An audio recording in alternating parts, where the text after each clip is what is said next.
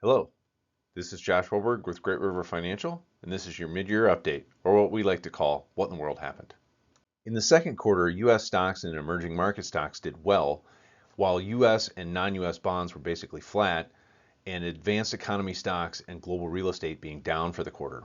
Since the end of the second quarter, global real estate has seen a big bounce back with the expectations that interest rates are coming down because they're quite interest rate sensitive, and they're up almost 9% from July 1st through mid-August. When we zoom out a little further and look at 5 to 10 year numbers, US stocks have outperformed their long-term averages of 9 to 10%, whereas international stocks and global real estate have underperformed their long-term averages, and bonds have been basically flat during that 5 to 10 year period, again below their long-term averages. Now we expect this to change at some point, where overperforming assets will eventually underperform at some point, not necessarily negative, and underperforming assets will do at least their long-term average at some point in the future, possibly a bit better.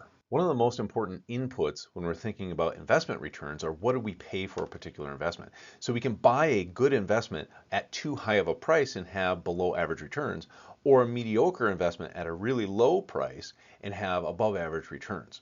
And when we look at major asset classes around the world, you'll notice what this graph shows is a zero is basically that it's right on its long-term average price relative to earnings for stocks or relative to interest rates for bonds. And prices above zero are basically above their long-term averages, and basically everything is US stocks are above their long-term average price. And when we look at things that are below their long-term average price, US bonds as well as international stocks, both in advanced economies and emerging economies, are below their average price. Now, that doesn't mean they will outperform in the future, but it does mean that they are on sale relative to past, where US stocks are above their long-term average prices. We aren't the only ones keeping track of the current economic environment and concluding that the next 10 years won't look like the last 10 years. In fact, Vanguard is one of the largest investment managers in the world, and their projections for the next 10 years for average returns is that US stocks will return somewhere between 3 and 5% on average. US bonds will be somewhere between 4 and 5% on average, and international stocks somewhere between 6 and 9% on average over the next 10 years. Based on our forecast and Vanguard's forecast, it can be tempting to want to move more of our investments from areas that we think are going to underperform to areas that we think are going to outperform.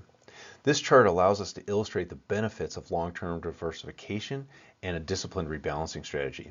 What it shows are asset class performance in each individual year rated from the best performing to the worst performing in each individual year, and it contrasting with a diversified portfolio that's annually rebalanced kind of in the middle every year. And to illustrate the point, if we look at just real estate investment trusts since 2018, it's been one of the best performing asset classes in 2018 and 2019. Then it went to the worst in 2020, the best in 2021, the worst in 2022, and kind of around the middle in 2023 and 2024. Now, with the diversified portfolio and annual rebalancing or disciplined rebalancing, what's going to happen in this case is when real estate investment trusts are really high, we're going to sell it at a gain and buy things that are low in that year. And vice versa. When it's really, really low, we're going to buy what's low and sell what's high over time. In addition to having a well-diversified overall portfolio, it's important to think about how we invest in each of these individual asset classes because it can make a big difference on the overall portfolio performance.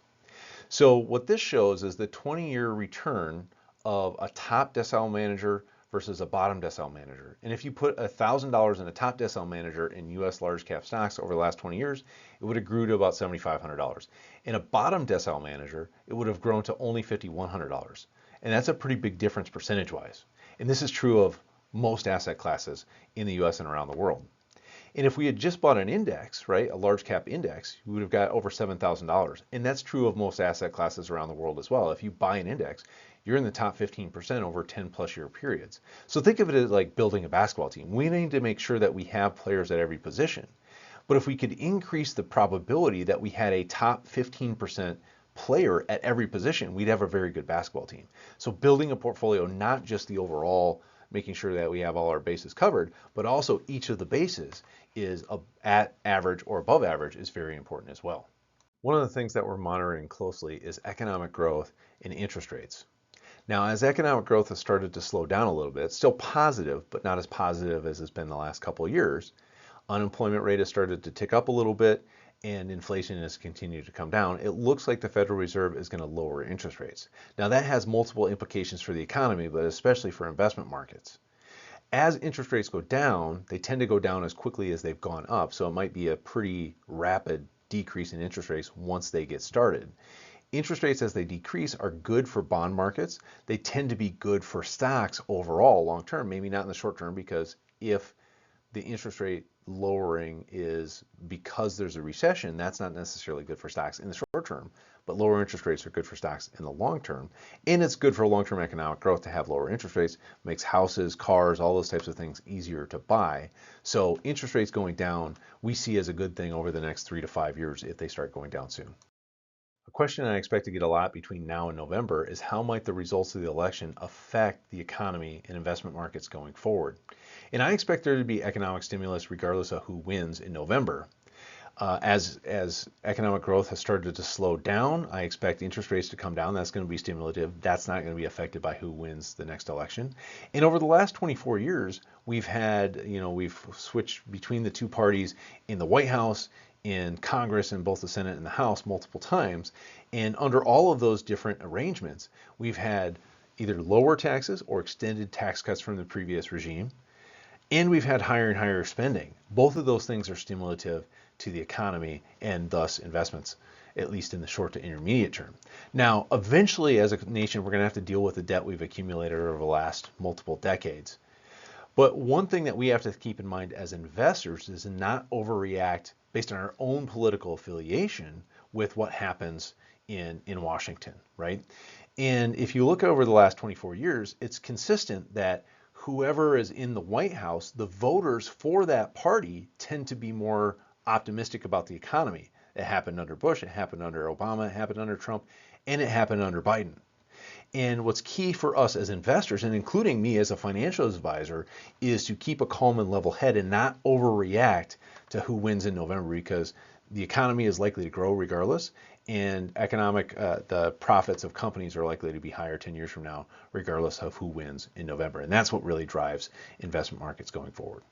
For next steps, if you have any questions, give us a call, schedule a time on our website, or shoot us an email. We're going to continue to look for opportunities to rebalance portfolios where appropriate. If you found this helpful, feel free to share it with somebody, like on YouTube or subscribe on YouTube as well. Thanks for watching. This is Josh Warburg with Great River Financial. Stay curious, my friends.